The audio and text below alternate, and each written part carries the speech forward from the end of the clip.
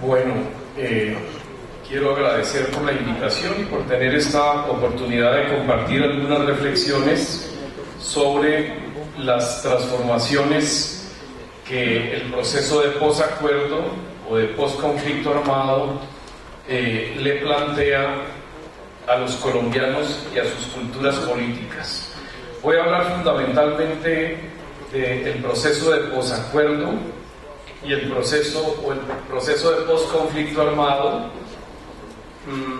para llamar la atención sobre cómo en esta nueva época, en este nuevo periodo que probablemente se va a abrir con esta negociación con las FARC y ojalá con el ELN, para que no sigamos en ese modelo escalonado colombiano que negocia con unos y sigue en conflicto con otros, para que este país pueda entrar en un diálogo rico de culturas políticas. Quiero traer a cuento una definición de cultura política para saber de qué estamos hablando cuando nos referimos a ellas. Y hablo en singular, pero también en plural. Es de un profesor brasileño, Rodrigo Pato Zamota, que lo vamos a tener la próxima semana en el Instituto de Estudios Políticos y Relaciones Internacionales de la Universidad Nacional, hablando de la dictadura brasilera a partir del año 64 y la cultura política. Por lo demás, quiero invitarlos a esas sesiones de trabajo que son abiertas. El profesor Rodrigo Pato Zamota, del Departamento de Historia de la Universidad Federal de Minas Gerais en Belo Horizonte, define así la cultura política. En esa perspectiva puede ser adoptada la siguiente definición para cultura política, sin la pretensión de excluir otras acepciones posibles para un concepto que es evidentemente polisémico. El concepto de cultura política tiene muchas interpretaciones y muchas comprensiones. Conjunto de valores, tradiciones, prácticas y representaciones políticas compartido por un determinado grupo humano, expresando identidad colectiva y fortaleciendo lecturas comunes del pasado, así como inspiración para proyectos políticos orientados al futuro. Vale resaltar que se trata de representaciones en sentido amplio, configurando un conjunto que incluye la ideología, el lenguaje, la memoria, el imaginario y la iconografía, implicando la movilización de mitos, símbolos, discursos, vocabularios y diversa cultura visual, emblemas, afiches, caricaturas, filmes, fotografías, banderas, etc. Reiterando, se trata de un concepto de cultura próximo a la perspectiva antropológica, pero que implica también y las integra expresiones artísticas y manifestaciones estéticas. El profesor Pato subraya cómo esta conceptualización de cultura política puede ser aplicada tanto a conjuntos nacionales, por ejemplo la cultura política brasilera o la cultura política colombiana, como a proyectos políticos específicos en una matriz pluralista: comunismo, liberalismo, conservadurismo, fascismo, etc. Aquí podríamos hablar de la cultura política del uribismo, la cultura política del movir, la cultura política del santismo. Entonces, quería comenzar con este concepto. Seguramente ya hemos hablado un poco en este panel del tema, pero 50 años de conflicto nos han condicionado a todos en la manera como percibimos el mundo. En la cultura política colombiana han hecho carrera visiones del conflicto como que esto es insuperable, ¿no? Que siempre hemos sido así, que esto no lo va a cambiar nadie. Es un país con muy pocos referentes externos, porque la información sobre la vida internacional en Colombia, yo diría con excepción de CNI, en televisión, es pésima. o muy ideológica, como en el caso de RCN, que intenta mostrar a los colombianos que Bolivia es una versión chavista de una versión boliviana del chavismo, ¿no? Que Correa es una versión ecuatoriana del chavismo, y no hay ninguna capacidad de que esos medios nos aproximen con elementos de juicio complejos para evaluar esas sociedades que, entre otras cosas, siguen siendo de base capitalista. Ahí no hay ninguna colectivización de los medios de producción, ¿no? Pero la ideología de RCN y de NTN24 hace aparecer esos países como horribles, con los cuales no tendríamos que dialogar, de los cuales no tendríamos nada que aprender. Y aclaro que no soy chavista y tengo serias diferencias con esos modelos, con las reelecciones indefinidas de los presidentes, con la ausencia de generaciones de relevo, pero creo que el país merece una información mucho más compleja y no esta información ideológica de este canal que prácticamente es como un Fox latinoamericano, ¿no? Bueno, empecé con los medios, pero quiero decir que todos los actores políticos tienen que asumir cambios. Los partidos políticos, porque como nunca antes, y lo dice muy bien Coronel, el periodista, en la entrevista a María Isabel Rueda, es decir, hay una reclientelización del país como nunca. Es decir, este país ha echado para atrás en los últimos años como nunca en el poder que ha ganado el modelo clientelista, con la contratación y con toda esta corruptela local y regional. Allí pues necesitamos una profunda reforma política y ojalá puedan surgir fuerzas en el posconflicto que ayuden a redignificar la política. Por el lado de las izquierdas, pienso también que después de la experiencia Petro tiene que haber una reflexión profunda sobre el manejo de Bogotá y, por ejemplo, sobre la ausencia de un proyecto tecnocrático, sobre la ausencia de una tecnocracia seria, y yo diría una tecnocracia con sensibilidad social dentro de la izquierda. Tienen que reflexionar también sobre el manejo de la comunicación. Buena parte de los logros de Petro muy mal comunicados, ¿no? Sin negar el papel de los medios dominantes en la invisibilización de algunas de sus buenas políticas. A ese respecto, pues siempre recomiendo ver la película No, de Pablo Larraín, la película chilena que tiene que enseñarle muchas cosas a la izquierda democrática, a la izquierda legal. Por el lado de la izquierda armada es indudable que van a haber transformaciones muy importantes. Imagínense lo que significa el reconocimiento de la legalidad, antes denominada por ellos legalidad burguesa. Imagínense la revolución que eso significa, que las FARC acaten la legalidad del Estado colombiano y lo que eso implica en términos de valores para la insurgencia y para una relegitimación del Estado, ¿no? Ahora eso no basta para una relegitimación del Estado, porque el problema de la impunidad es muy grave. Y estando aquí el doctor Iriguarán, eso es un buen tema para una conversación, porque ¿cuáles son los retos para el Poder Judicial en el posconflicto en cuanto a disminución de la impunidad en el país?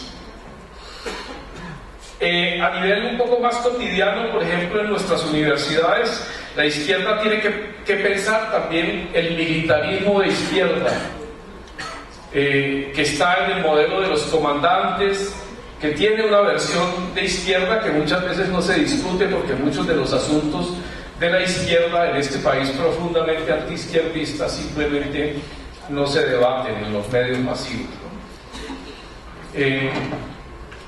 Ese modelo de captura del poder que durante muchos años sedujo a las izquierdas para ejercerlo indefinidamente en el tiempo, sin competitividad, sin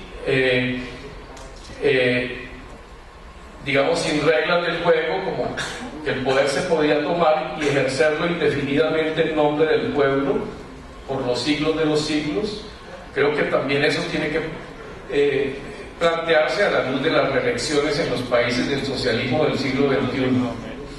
Pero quiero referirme también a las transformaciones de la fuerza pública, en la cultura de la fuerza pública.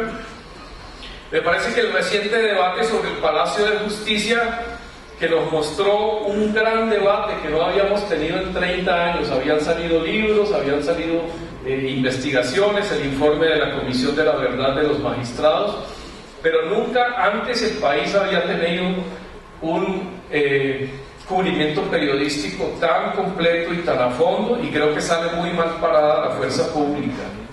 Entonces yo creo que esto tiene que concitar a Fuerzas Armadas y a Policía a una profunda reflexión sobre la institucionalidad, si bien son hechos de hace 30 años y si bien tenían que ver con otras direcciones y con otras oficialidades.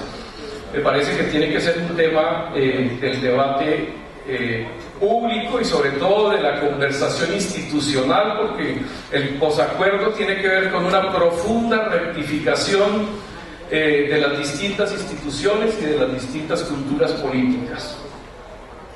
Recomiendo una película, tal vez la más vista en la historia peruana, para la reflexión interna de la fuerza pública, de Francisco Lombardi, el director más importante del Perú, tal vez, que se llama En la boca del lobo, sobre una acción contra Sendero Luminoso o contra una base social de Sendero en una población serrana. La recomiendo porque me parece que puede ser interesante para foros internos, para debates sobre situaciones similares vividas en el país. Termino con la reflexión sobre el uribismo. Me parece que el país tiene que replantear la pedagogía del odio. Les recomiendo mi libro dedicado a la cultura política del uribismo y al papel de los medios de comunicación durante esos 8 años, que está en Panamericana y está en librerías en este momento. Se llama Las ficciones del poder y es mi tesis doctoral en la Universidad de Pittsburgh. Nacionalismo, las ficciones del poder, patriotismo y medios de comunicación en la reorientación afectiva de los colombianos. Un elemento que nos legó el uribismo y que es un factor subjetivo muy complicado, que funciona como un obstáculo al proceso de paz, es toda una pedagogía del odio frente a las FARC, trabajada sistemáticamente desde el discurso presidencial y desde el discurso de los grandes medios de comunicación durante esos años. Por supuesto, quiero decir que esa pedagogía del odio contra las FARC fue posible por los propios excesos y abusos de las FARC y sobre todo por sus prácticas del secuestro, que le permitieron a Uribe convertir a las FARC en el enemigo público número 1 de los colombianos. Me parece que en este momento de la negociación ya el país tiene que avanzar hacia tareas relacionadas con cómo cerrar el conflicto, y eso tal vez es lo más importante. Ya no podemos seguir con el discurso de la pedagogía del odio, y el país tiene que avanzar en recuperación de confianza. Entonces yo propondría que habláramos un poco en el papel de la confianza en el posacuerdo. Bueno, muchas gracias. Muchas gracias.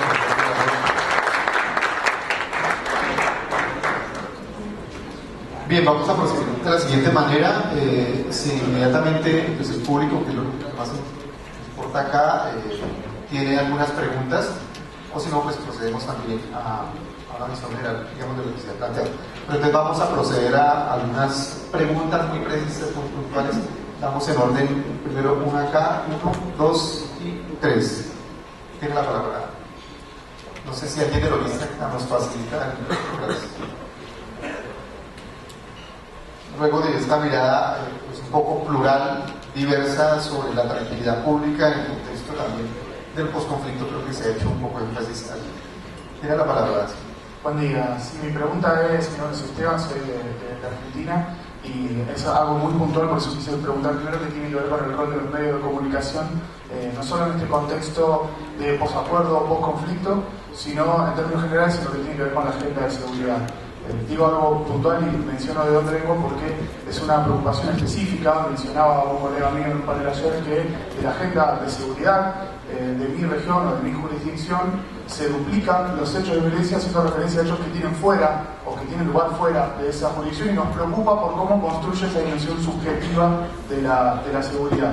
Ahora, la pregunta es la siguiente: ¿de qué manera, de instancias de gobierno y de instituciones como las instituciones policiales o otras fuerzas de seguridad, se puede trabajar con los medios de comunicación que generalmente responden a una lógica de lucro o una lógica de la empresa privada, siempre respetando el valor, obviamente, de la libertad de expresión en un marco de funcionamiento de las instituciones democráticas, ¿no? Digo, es un juego de tensiones bastante difícil. ¿De qué manera el doctor, que hizo referencia a eso puntualmente, de qué manera lo piensa, lo imagina él, ¿no? Es una pregunta para el doctor de la Rosa. Siguiente va la relación entre medios de comunicación, fuerza pública. Sí, recogamos la siguiente pregunta y luego atrás.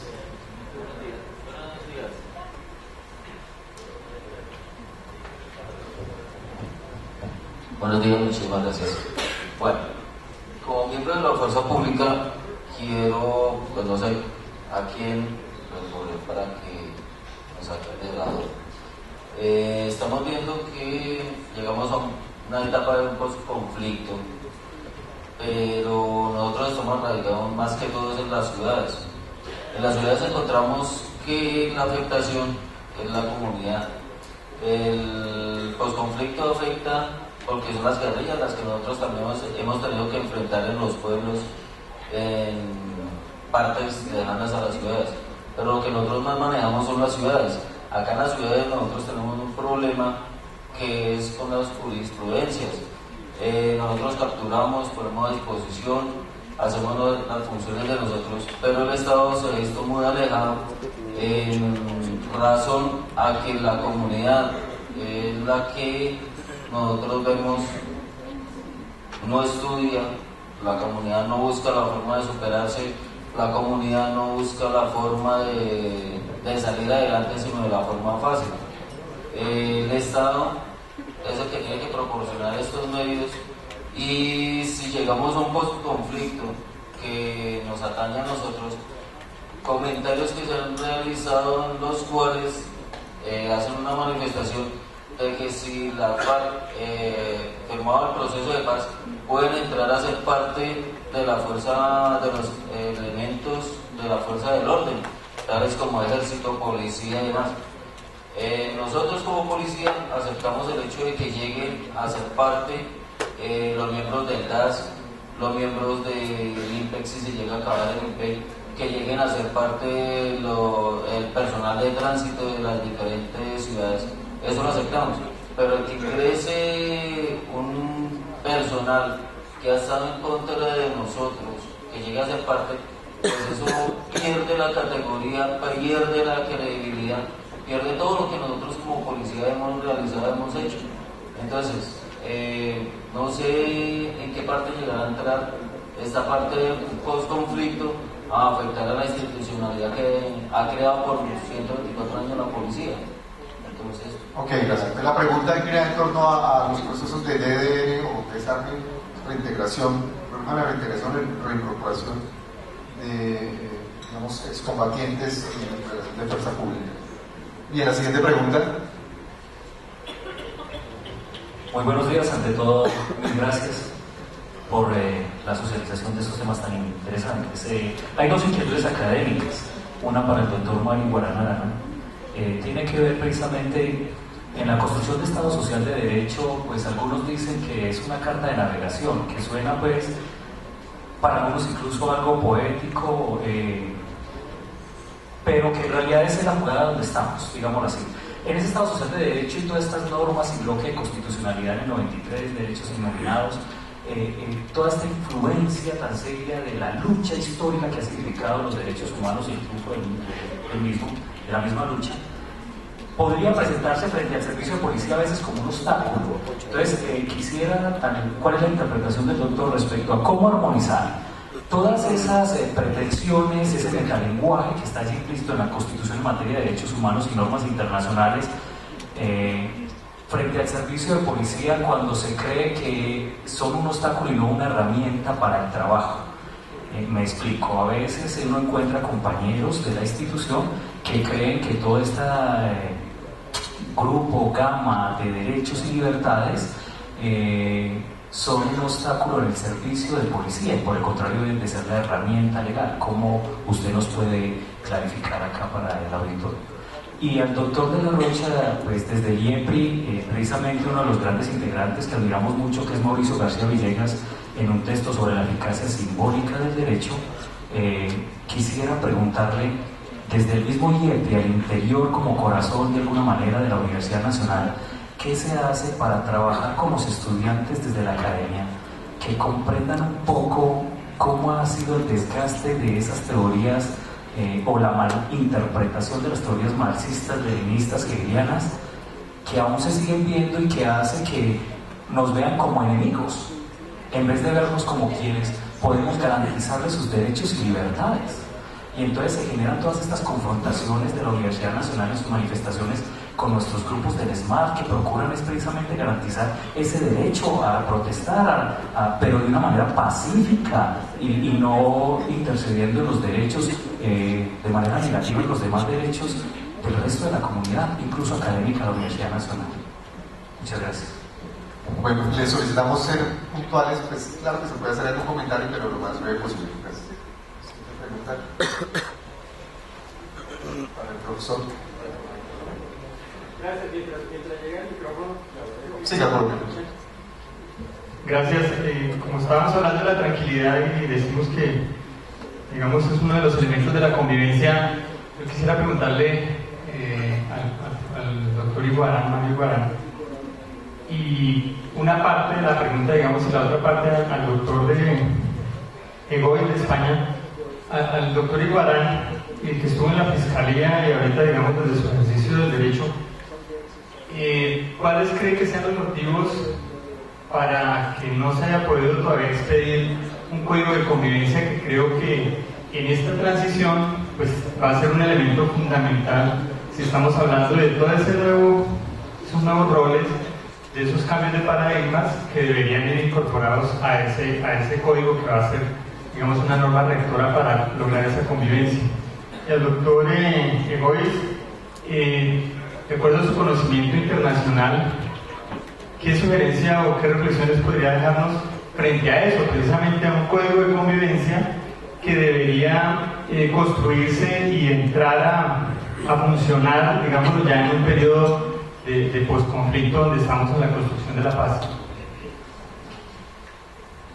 Muchas gracias. Habrían levantado la mano, primero la dama allá atrás y luego todavía.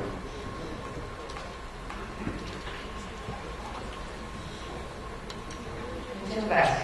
Buenos días a todos y todas. Atendiendo el título del panel, que obedece a la tranquilidad pública, y la definición clara que ustedes nos han dado sobre la tranquilidad como la calma, el sosiego y su ubicación constitucional dentro de los fines específicos del Estado, existe en este momento una intranquilidad mundial a través del fenómeno terrorista de ISIS. Quisiera preguntarle a los panelistas su opinión al respecto sobre la posible connotación de intranquilidad que se pueda generar en las ciudades del país, teniendo en cuenta que existen mezquitas ubicadas desde hace muchísimos años, tal vez desde el siglo pasado, en muchas de las ciudades capitales en el país. Tenemos una ubicada en Teusaquillo, Bogotá, una ubicada en el centro de Medellín, la más grande de Latinoamérica ubicada en La Guajira, la segunda más grande, discúlpeme, de Latinoamérica ubicada en La Guajira. Tenemos mezquitas más pequeñas en Bucaramanga, Santa Marta, Barranquilla, Cali, en casi todas las ciudades. Si esta connotación de los medios de comunicación tendientes al ataque progresivo y la efectividad positiva que logró ISIS con el ataque terrorista, que es sembrar precisamente el terror, el miedo, y eso fue lo que hizo a nivel mundial, ¿qué sugieren ustedes para contrarrestar en materia de tranquilidad pública este fenómeno en el país? Muchas gracias. ¿Esa pregunta para todos, señora? Para todos. Es que nos iría un siguiente panel. La siguiente intervención. Muchas gracias. La pregunta es para el doctor Luis Guillermo. Él en su exposición hablaba de que la diferencia o la iniquidad de las riquezas generaba violencia y que la sociedad se violenta por la diferencia de la inequidad y que la plata es mal repartida. Hay muchos ricos y demasiados muchos pobres. Entonces yo le pregunto al doctor, en una sociedad donde prima la riqueza, el que tenga más, el que tenga menos, ¿sí? Es un motivo para generar violencia. Entonces tenemos ejemplos como por ejemplo Venezuela, ¿sí? Donde hubo un mandatario que se dedicó a repartir a los pobres, a tener el pueblo contento dándole plata. Sucedió también acá en Bogotá con el alcalde Petro, haciendo una atención prioritaria a la pobreza. ¿Para qué? Para que no generara violencia. Pero mire la sociedad cómo se comporta después de que el mismo mandatario, el mismo líder le está aportando, le está tratando de ser un poco más generoso en la cuestión de la riqueza. Si vemos la guerrilla, los grupos armados como las FARC, ellos no luchan por una igualdad social o por una igualdad de riqueza. Ellos por el contrario tienen capitales en el extranjero, tienen plata toda la que quieren, pero sin embargo es el poder, es el ansia del poder lo que los lleva a todo el degenero social, ¿cierto? Entonces, doctor, el ser humano es inconforme por naturaleza, ¿cierto? ¿Sí? No hay un país donde todos sean ricos o todos tengan igualdad, porque realmente el socialismo, pues yo personalmente no creo en él, pero el ser humano así tenga igualdad, se va a portar violento y va a tener dotes de violencia. Gracias. Bueno. Y la última intervención, ya van por esta 8, para proceder a las respuestas de los panelistas. Y bueno, tenemos tiempo, tenemos hasta las 5:45 para salir a ofrecer la pregunta. Buenos días. La pregunta mía es para el doctor Luis Guillermo Enciner y para el doctor Egoíz. Se habla del posconflicto, del posacuerdo, y se está hablando de la contraparte. La convivencia y la tranquilidad de nuestra familia, como policía, también se va a ver vulnerada, digamos así. ¿Qué estudios han hecho para ver qué tan bien nos va a ir a nosotros o qué tan mal nuestra familia policial y la familia personal? Muchas gracias. Y nos queda algunos más. Con 10 preguntas. Buenos días para todos. Mi nombre es Emilio Betancur, el grado patrullero. La siguiente pregunta es para el doctor Mario Iguarán. La verdad, doctor, sé que fue el fiscal general de la Nación, algo que le respeto y por algo le hago esta pregunta. Para mí el derecho es lo más bonito que nosotros tenemos, el cual nos fundamentamos y el cual actuamos. Pero tenemos un vacío judicial, hay una letra muerta. Porque en el trabajo que hemos hecho con la comunidad a nivel de derechos de protección, tenemos mucha cercanía con ellos. Y en el momento de interactuar hay una inconformidad. Porque ellos dicen, ya la culpa no es de ustedes los policías, la culpa es del Poder Judicial. Nosotros capturamos, como bien decía un compañero, más demoramos en el proceso, toda la llenar de documentación, presentar a la fiscalía, y al momentito de estar es la persona libre, con una cantidad de antecedentes. Entonces, yo creo, es una opinión, que si queremos mejorar y pensar en la seguridad y la tranquilidad que nos da nuestra Carta Constitucional, deberíamos como trabajar más en conjunto, Poder Judicial y la fuerza pública, doctor. Le digo porque nos estamos desacreditando como policías. Hay mucha gente que piensa que es que nosotros estamos trabajando por los bandidos, con esta delincuencia. Y lo digo de corazón, me duele cuando escucho a una persona eso, porque gracias a esta institución soy lo que soy y todavía tengo mucho que agradecerle a ella. Entonces, la pregunta más es, ¿por qué tenemos un sistema penal que no podemos aplicar en nuestro país? Ya que el sistema de conflicto que tenemos es muy diferente y es de diferencias aplicativas. Yo creo que más que aplicarlo a forma americana, a la forma, no sé, antes estaban más trayendo esas ideas, tenemos que primero mirar lo interno. Y pues la duda mía es ¿qué tanta garantía tenemos de ustedes? La verdad nos estamos viendo muy inmersos en problemas por nuestro actor policial y lo hacemos de la mejor forma, pero el sistema penal nos está apoyando y si queremos seguridad y tranquilidad necesitamos una gran base en ella. Muchas gracias. Gracias. Y la última intervención para pasar las respuestas.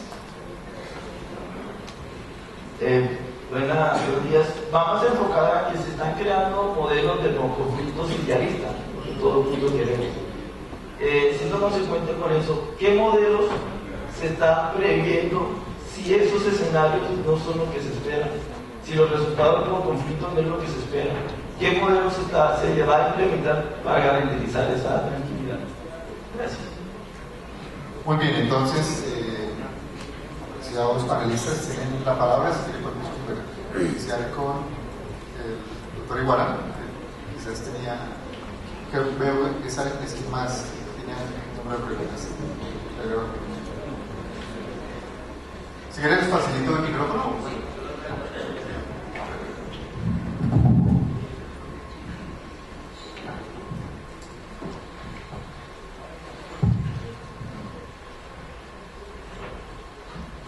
Pues había una pregunta que hacía referencia al Estado Social de Derecho. Seguramente en atención a la apreciación que se hizo en la corta exposición sobre que Colombia había optado no por la fórmula del Estado de Derecho, sino por la del Estado Social de Derecho. Ciertamente, el Estado de Derecho es una sujeción formal a la ley. Es hacer lo que diga y yo como juez, como fiscal, como procurador, como policía, hago lo que diga la ley y punto. Así termine reconociendo de que dura pero es la ley, dura en la ley, pero en la ley, así sea injusta. Colombia no optó por esa fórmula, optó por la fórmula del Estado Social de Derecho. Y eso ya le permite al juez, al procurador, al policía aplicar la ley, pero les decía, desde el punto de vista ontológico, con un objetivo social y con una concepción democrática de ese poder que usted tiene ahí como policía. Entonces, decía quien planteaba de una manera muy pertinente el interrogante, pero ¿no será que eso del Estado Social de Derecho, eso se está convirtiendo en un obstáculo para que nosotros cumplamos nuestra tarea? Y cuando debía ser una herramienta, me parece que es una herramienta. Yo simplemente les muestro un caso que le sucede a un juez y ustedes lo pueden llevar a la tarea diaria del policía. Hay un problema de vendedores ambulantes en Neiva. Y entonces la comunidad de Neiva, que tiene 200.000 habitantes, frente a 200 trabajadores vendedores ambulantes, y ejerce una acción constitucional y le dice al juez: proteja el derecho a la libertad de locomoción, de libertad de comercio de los vendedores y de los comerciantes. Y miren lo que le pasa a este pobre juez. De un lado tiene el derecho constitucional de los comerciantes de Neiva y de todos los ciudadanos de Neiva, 200.000 personas, a la libertad de locomoción. Pero de otra parte está el derecho de los vendedores ambulantes, así sean 200, al derecho al trabajo. Este juez de Neiva, para él, Colombia es un Estado de Derecho. Por lo tanto, él aplica la ley y punto. Y se preguntó: la ley me dice que debo proteger el interés general, y aquí el interés general es de 200.000, los otros solamente son 200. Por lo tanto, concedió el amparo, dijo: protéjase el derecho a la libertad de locomoción, ordénese que el desalojo, y lo sacó. Al otro día, en Ibagué, una ciudad también como de 200.000 habitantes, el mismo problema, con 200 vendedores ambulantes. Pero ya este es un juez que sabe que Colombia optó por la fórmula del Estado Social de Derecho. Y sabe que el Estado Social de Derecho implica no solo actuar conforme a la ley, con un objetivo social, sino con una concepción democrática del poder. Y hoy todos entendemos que democracia es hacer lo que digan las mayorías, pero dándole un espacio a las minorías. Por eso este juez, que tiene esa concepción, que cree que esto es un Estado Social de Derecho y que el Estado Social de Derecho implica una concepción no demoliberal de lo que es de democracia, sino que democracia para él es hacer lo que digan las mayorías, pero sin llevarse por delante las minorías. Este juez, ¿qué hizo? Ordenó el desalojo, porque tenía que proteger el derecho de las mayorías, pero como no podía llevarse por delante el derecho de esas minorías, ordenó el desalojo previa a ¿qué? Reubicación. Miren entonces, llévenlo a la tarea de los policías a diario. ¿Cómo el Estado Social de Derecho, a diferencia de la fórmula del Estado de Derecho, le da un juego al policía en el mejor sentido de la palabra, para que aplique y haga cumplir la ley, pero con un objetivo social y con una concepción democrática del poder que usted como policía tiene en ese momento? Entonces pensaría, se me ocurrió esto, que más que un obstáculo sería una herramienta para poder cumplir con nuestras tareas. En cuanto al código de convivencia, el código de convivencia ciertamente para el conflicto debe darse. Si el código, bajo el entendido que un código de convivencia procura lograr el respeto recíproco, velando por el interés general. ¿Para qué? ¿Cuál es el objetivo de un código de convivencia? Para que las personas puedan ejercer, materializar sus derechos y sus libertades. Pero hay que tener en cuenta los derechos, por más fundamentales que sean, no son absolutos. No son absolutos. Los derechos, así sean fundamentales, de los más caros derechos fundamentales, tienen límites externos y límites internos. Límites externos, como dicen las señoras, las que le imponen los derechos de los demás. Mi derecho llega hasta donde empieza el del otro. Límites externos, el que la Constitución cuando lo reconoce le impone. Límite externo, el que la ley le impone porque cuando la Constitución lo reconoció le dijo en los términos o será arreglado por la ley. Y límites internos, el que impone el núcleo esencial del derecho. Me explico. Usted puede limitar un derecho hasta donde quiera, por más fundamental que sea. No se preocupe, señor policía. Limítelo. Eso sí, no lo vaya a violar. La pregunta del millón es: ¿cuándo sé yo que violo el derecho? La respuesta es: usted puede limitar el derecho. Lo violaría cuando usted toca el núcleo esencial del derecho. Y están que me dicen, se enredó más. ¿Y qué es el núcleo esencial del derecho? No voy a entrar a definirlo, pero les doy un truquito de la hermenéutica jurídico-constitucional que nos sirve en ese día a día para saber si al limitar el derecho lo estamos violando. Y hágase siempre esta pregunta: ¿se hace imposible de manera absoluta el ejercicio del derecho? Y subrayo estas palabras: de manera absoluta. Si ustedes se hacen esa pregunta, si se hace imposible de manera absoluta el ejercicio del derecho, usted está afectando el núcleo esencial del derecho, y si lo está afectando, lo está violando. Les doy un ejemplo pero que se me ocurre ahora. Hay una ley, en la Constitución me dicen que somos titulares del derecho. Eso está expresamente dicho, del derecho a ejercer, escoger y ejercer arte, profesión, oficio. Y cuando yo veo que hay una norma que dice que para ser notario hay que ser hombre, pues yo veo, si soy mujer, veo que eso está haciendo imposible de manera absoluta el ejercicio del derecho. Pero si la norma dice que para ser notario hay que ser abogado, pues lo está limitando, pero no está haciendo de manera imposible el ejercicio del derecho, de manera absoluta el ejercicio del derecho.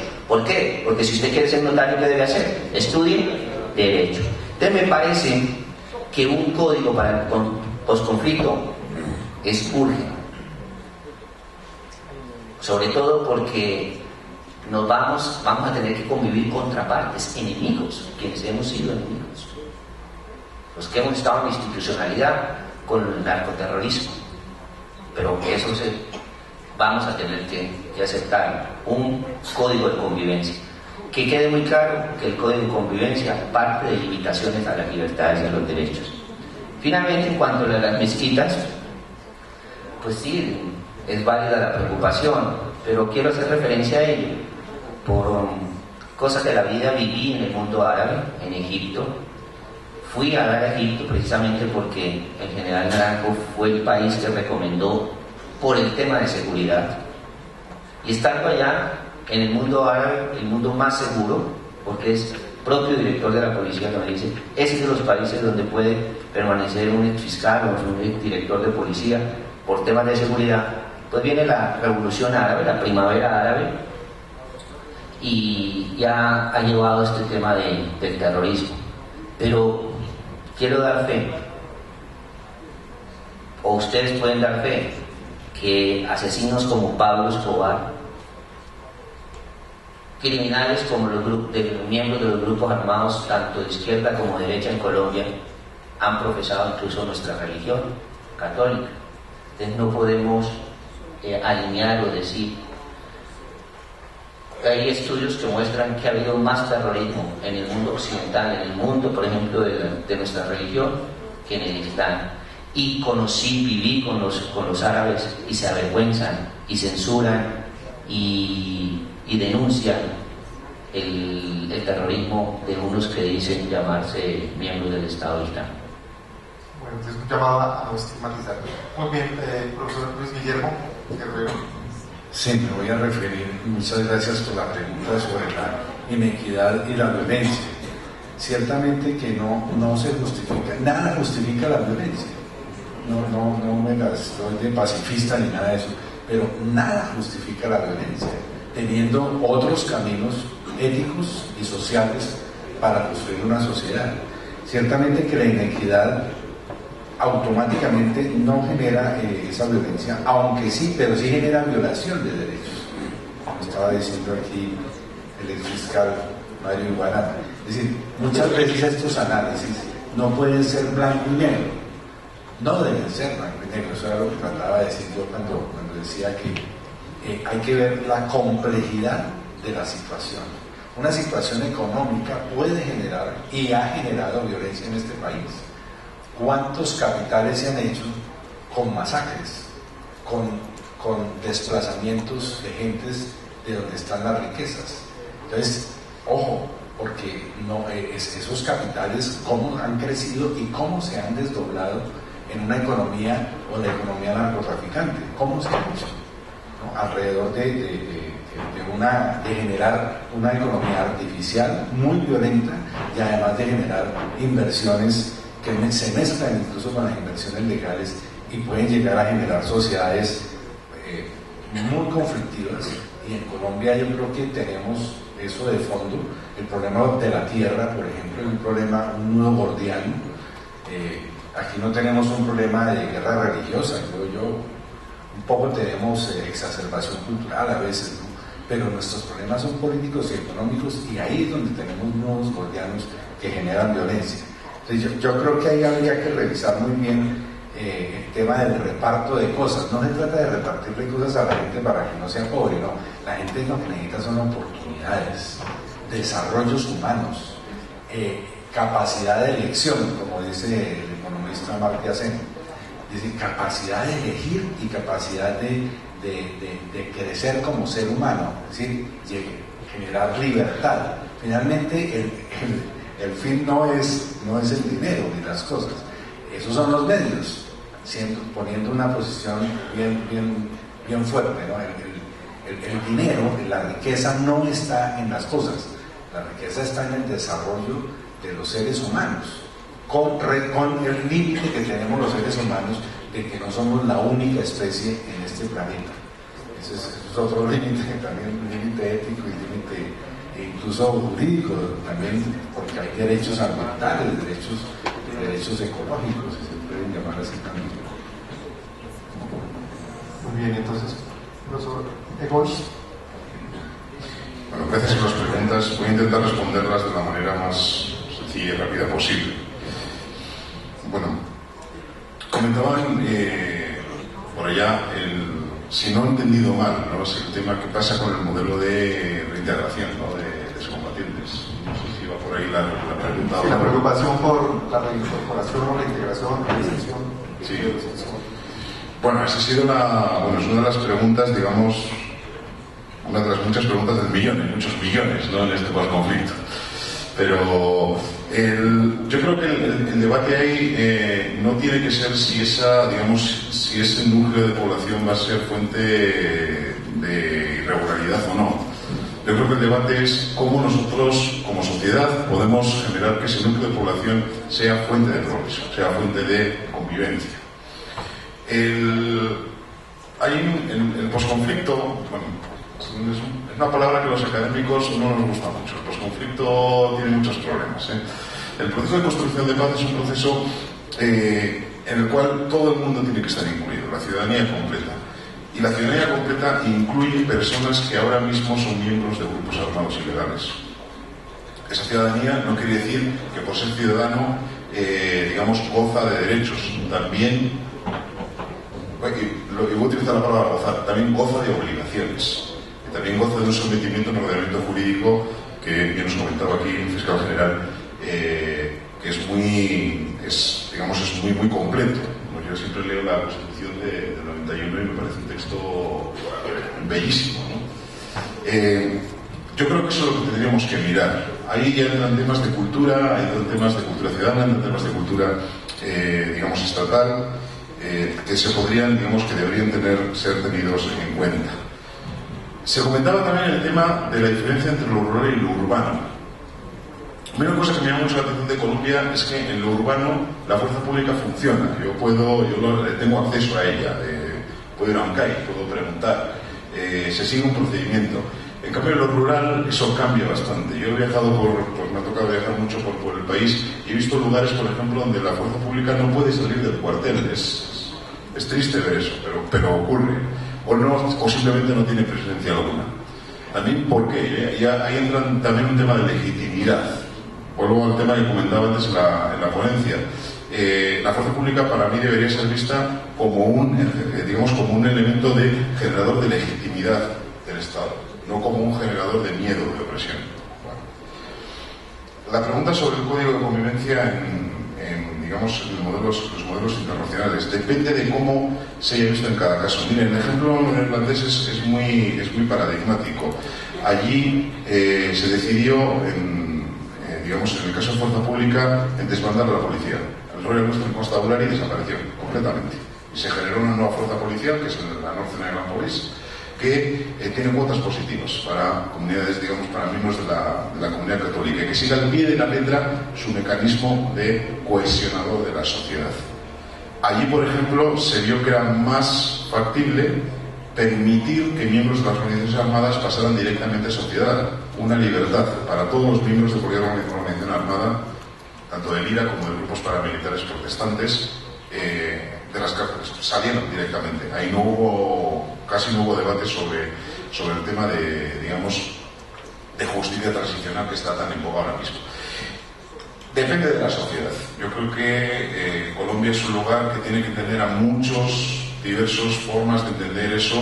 Yo creo que los avances que están haciendo al respecto van lentos, están llenos de polémica, hay entre los medios de comunicación que comentarán más adelante, pero que yo creo que son positivos y hay que admitirlos como tales. Yo creo que eso, puede ser bastante útil. En el tema quiero hacer un pequeño apunte sobre el tema de ISIS que se comentaba antes. Yo estoy completamente de acuerdo con lo que comenta el fiscal aquí.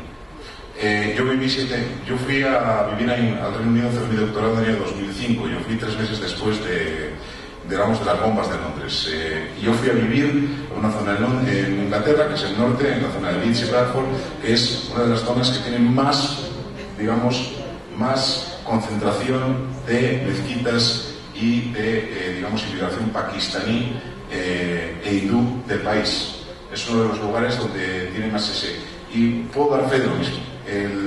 Una cosa es el Islam, la religión musulmana, y otra cosa es el uso de la violencia. El Corán es un texto absolutamente bellísimo y es una oda al pacifismo. ¿Cómo se interpreta eso? Depende de cómo se ve, pero bueno. Y hay una pregunta que me llama mucho la atención, que me ha gustado bastante, es la idea de si se ha estudiado lo que es la tranquilidad para los miembros de la fuerza armada, de la fuerza pública.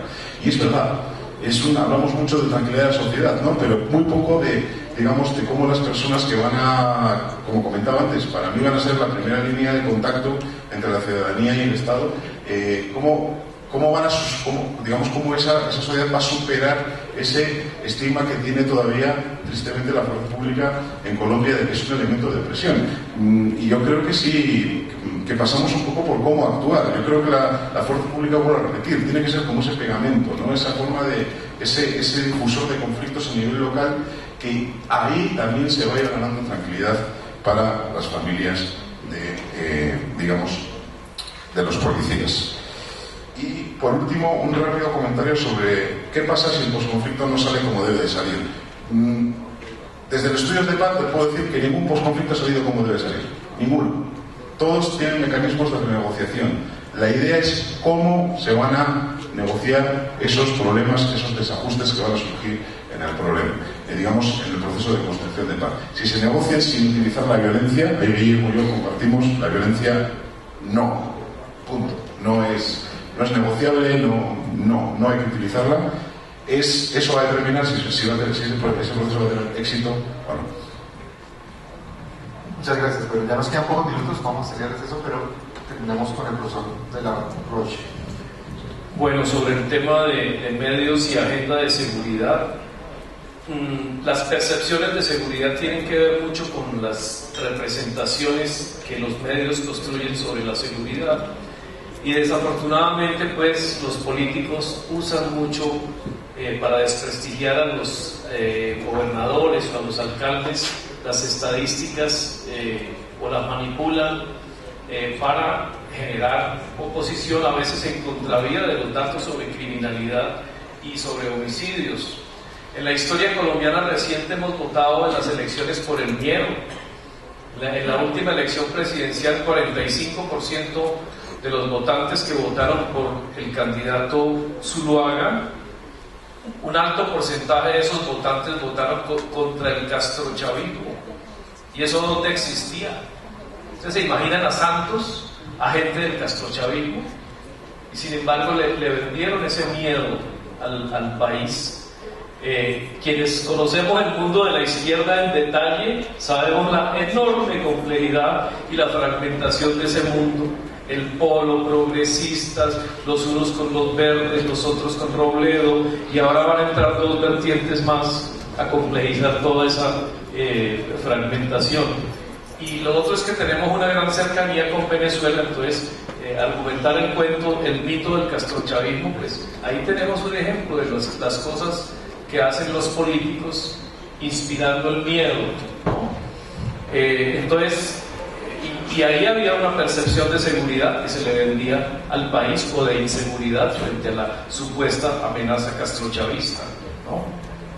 Sobre la incorporación de miembros de la guerrilla ya a policía o a fuerzas militares, eso a mí me impresiona que eso lo discutimos tranquilamente en los 90s y nadie se despelucó, ¿no? Pero como el país está más derechizado luego de los 8 años del uribismo, hoy día damos esas discusiones como si no hubiéramos vivido 4 incorporaciones de grupos armados en los años 90. Yo fui evaluador de la reinserción del Ejército Popular de Liberación con Arturo Alape y conocí muy de cerca sus procesos, y eso se planteó, y como les digo, nadie se despelucó en esos años, y entre otras cosas se están entendiendo muy bien los bandos militares en La Habana. Parece ser que se entienden muy bien sobre la base de que han sido guerreros, ¿no? Entonces eso es muy interesante, eso lo sabemos de parte de amigos que están cerca a la mesa y que a veces es más fluida el diálogo entre ellos que con la contraparte civil. No hay que descartarlo, es lo que quiero decir, ¿no? Es parte de la apertura mental a la cual estoy invocando. ¿Cómo armonizar derechos humanos frente al servicio de policía, la relación con las libertades y la relación con el Poder Judicial? Ustedes hablan más de, como lo dijeron, pues capturamos y el Poder Judicial lo libera. La policía está más centrada en las ciudades, tiene que ver menos con el enfrentamiento directo del conflicto armado, pero digamos a nivel del estamento militar sí ha habido una relación muy complicada con el sistema de justicia. En los últimos años hablan de guerra jurídica, y yo recuerdo en los 90s que se hablaba de síndrome de la Procuraduría. Ya nos habíamos olvidado de esa expresión. Entonces obviamente hay una resistencia a la acción de control del Poder Judicial, y eso tiene que ser clarificado ahora en democracia y no temerle a esos controles necesarios, pues porque si no vamos a repetir falsos positivos y todas esas fenómenos que me parece que son vergonzosos para cualquier institución policial o en este caso más militar, ¿no? Sobre la relación con el marxismo en las universidades públicas, el marxismo es una de las teorías explicativas del mundo, no es la única ni es la verdad revelada. Entonces, en democracias tiene derecho a existir como una de las interpretaciones del mundo, al lado de Foucault, al lado de Weber, al lado de Pierre Bourdieu y de otros pensamientos, y creo que ha hecho un aporte importante a la comprensión de lo social. Ahora, estamos trabajando en la Universidad Nacional por superar este fenómeno de los capuchos, que tiene que ver con unas minorías violentas que no expresan el pensamiento del conjunto del estudiantado, y algo muy grave, que desprestigian el nombre de la universidad pública.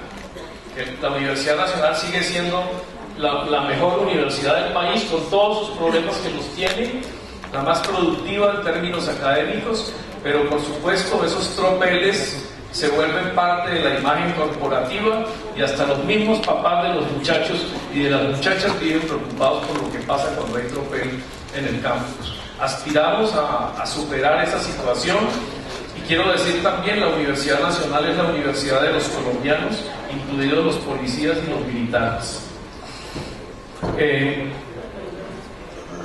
Sobre las mezquitas, yo comparto lo que se ha dicho, creo que la situación colombiana es muy distinta.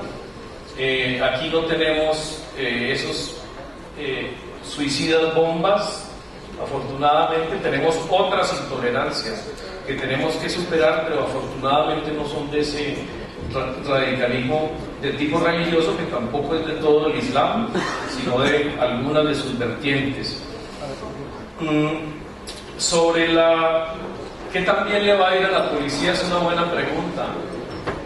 Por ejemplo, si se va a disminuir la fuerza pública, el número de miembros del ejército y de la policía, eso es una decisión que hay que sopesarla muy bien, entre otras cosas por la complejidad geográfica del país. Me encantó la semana pasada en Medellín que Pepe Mujica se refirió a la endiablada geografía colombiana y cómo incide esa geografía con piedemontes, con montañas, con escondederos en la persistencia del conflicto armado. Pero yo creo que allí me parece que hay una oportunidad muy valiosa para la fuerza pública. Yo quiero relatarles que en el encuentro en Barranca de las Víctimas estaban todas esas reuniones de víctimas que ha organizado la Universidad Nacional, una asociación de exmiembros del ejército y de la policía que se llama Fuimos Héroes. No me gusta el nombre con toda la connotación propagandística que eso tiene, porque creo que algo que tenemos que superar en el manejo de los medios en el país es la propaganda de los héroes, lo que yo llamo el régimen comunicativo de los héroes. Se cae un avión con 14 oficiales de la FAC, automáticamente el periodismo los convierte en héroes. Hemos llegado a esos extremos. Eso no implica que no puedan haber acciones individuales heroicas, pero de allí a convertirse en héroes Me parece muy preocupante cómo la fuerza pública ha incorporado esa noción para referirse a sí mismos, ¿no? Es parte del peso de la propaganda en las sociedades en guerra, pero no era eso lo que quería destacar. Lo que quería destacar, y con esto termino, es que uno de los oficiales de la policía se paró y dijo: lo que nosotros queremos es que no nos sigan considerando objetivo militar. Entonces, yo era el moderador de la mesa y al final le dije: su frase me parece tremendamente futurista. En una sociedad reconciliada, nadie tiene por qué considerar a militares y policías objetivo militar, ¿no?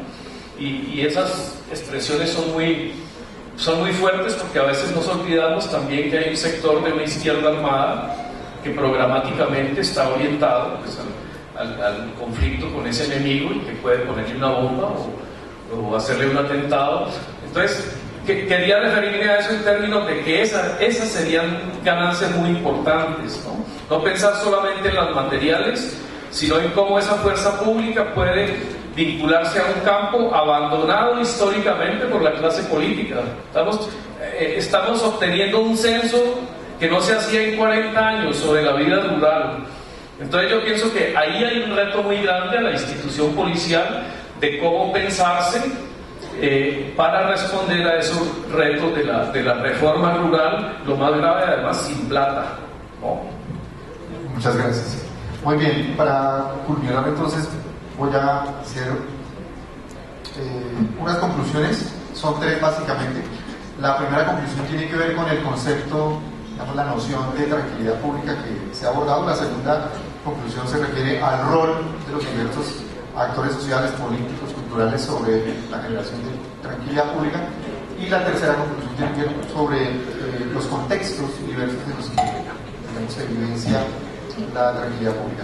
Sobre el concepto de tranquilidad pública, pues nos han dicho los expositores, es un derecho fundamental constitucional, el planteamiento del doctor Iguarán, pero también es un valor social altamente significativo, es un rasgo de la cultura política, o también puede ser el resultado de esa cultura política. También se nos ha dicho que la tranquilidad pública depende del modelo de sociedad. El profesor nos hablaba de esos modelos de sociedad, uno más bien caótico, otro más bien determinado y muy ordenado, y quizás uno mixto de autoorganización. Quizás según la concepción y el modelo de sociedad, pues también tendremos los tipos de tranquilidad pública. Digamos, por graficar este concepto, que en apariencia puede ser un poco abstracto, para una cultura en un contexto, por ejemplo, caribeño o tropical, la música, la algarabía, eso hace parte de la tranquilidad, ¿no? Y si llega alguien de una zona más fría, quizás siberiana, pues dirá: ¿esto qué es? Aquí no estoy tranquilo. Entonces, la tranquilidad pública, pero también la tranquilidad privada, personal y individual, depende mucho de esos contextos en los que se conciban. También el concepto y la noción de tranquilidad pública hace referencia a la construcción de paz. Y uno de los rasgos en los que quizás comunes, en los que se han planteado aquí estas visiones, y un punto de convergencia, es que definitivamente la cultura, las mentalidades, las formas de comportamiento social son las que, digamos, son las que generan factores determinantes para esos procesos de convivencia. Y bueno, lo fundamental, la tranquilidad pública, pues es una categoría de la convivencia y como tal le es inherente. ¿Cómo nos toleramos? ¿Cómo podemos convivir en medio del pluralismo, de la diversidad, de la multiplicidad de intereses, de conflictos? Es decir, la sociedad está en permanente ebullición. Entonces la tranquilidad pública no la podemos asociar a un estado de calma sempiterna, casi sepulcral, no. La tranquilidad pública tiene que ver también con una dinámica y con un mundo subjetivo, dinámico, activo, ¿cierto? Entonces, y al cual se le contrapone también el miedo. Eso en cuanto a la noción, concepto de tranquilidad pública. La segunda conclusión sobre los roles de los diferentes actores sociales, podemos decir que desde nosotros mismos, desde la individualidad, ¿cierto? Cada uno, cada persona tendrá una visión de qué le tranquiliza y qué no. somos tranquilos de acuerdo a la capacidad adquisitiva, a que tenemos empleo, a que no tenemos empleo, a que nos gusta o no nos gusta el trabajo que desarrollamos. La tranquilidad tiene que ver con ese mundo subjetivo y que los individuos en sociedad pues también generan esas diversas visiones. El rol en la tranquilidad pública sobre los medios de comunicación, creo que es un factor en el que se ha hecho notable acá. Cómo pues, los medios de comunicación también pueden generar mucha intranquilidad, ¿no? Y generalmente pues, así lo es, ¿no? Y también cómo se generan unas subculturas del miedo y por los acontecimientos que a veces se macro difunden, un evento quizás que puede tener una dimensión distinta a nivel de medios, pues puede generar intranquilidad pública a nivel macrosocial. El rol del Estado y digamos en este caso de la fuerza pública para la generación de tranquilidad es fundamental. O sea, también habría que trabajar en esa cultura institucional organizacional para la generación de tranquilidad pública. Y podríamos también decir que el rol de la comunidad internacional, de los estados, de las ONGs, de las organizaciones de la sociedad civil a nivel internacional, sobre cómo generar tranquilidad en un mundo en crisis, en un mundo de caos, en un mundo casi a puertas de anomia, de anarquías, de grandes transformaciones también de grandes oportunidades. La construcción entonces de tranquilidad pública por parte de estos diferentes roles pues nos los han planteado de alguna manera directa o indirecta los diferentes panelistas. Y la tercera conclusión tiene que ver con los contextos en los que digamos se visualice o se materialice la tranquilidad pública. En particular se ha hecho alusión al contexto de post-acuerdo, digamos, para ser más precisos.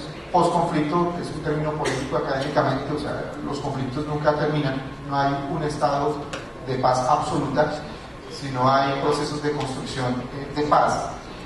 ¿Cómo construir entonces tranquilidad pública en un contexto de posacuerdo? Si es que realmente se da, realmente a la fecha no tenemos certeza de pues, que ese acuerdo se dé. El proceso quizás no sea perfecto y quizás surjan muchas intranquilidades públicas alrededor de esos acuerdos, ¿no? Las discrepancias, el efecto que han logrado los medios de comunicación, quizás en algunos casos de hacer más antagónico nuestro medio social, ¿cierto? Esas bipolaridades que deben ser más bien convergentes en unos contextos de construcción de paz. Bueno, grosso modo, estas son las principales ideas, ustedes tendrán también las suyas.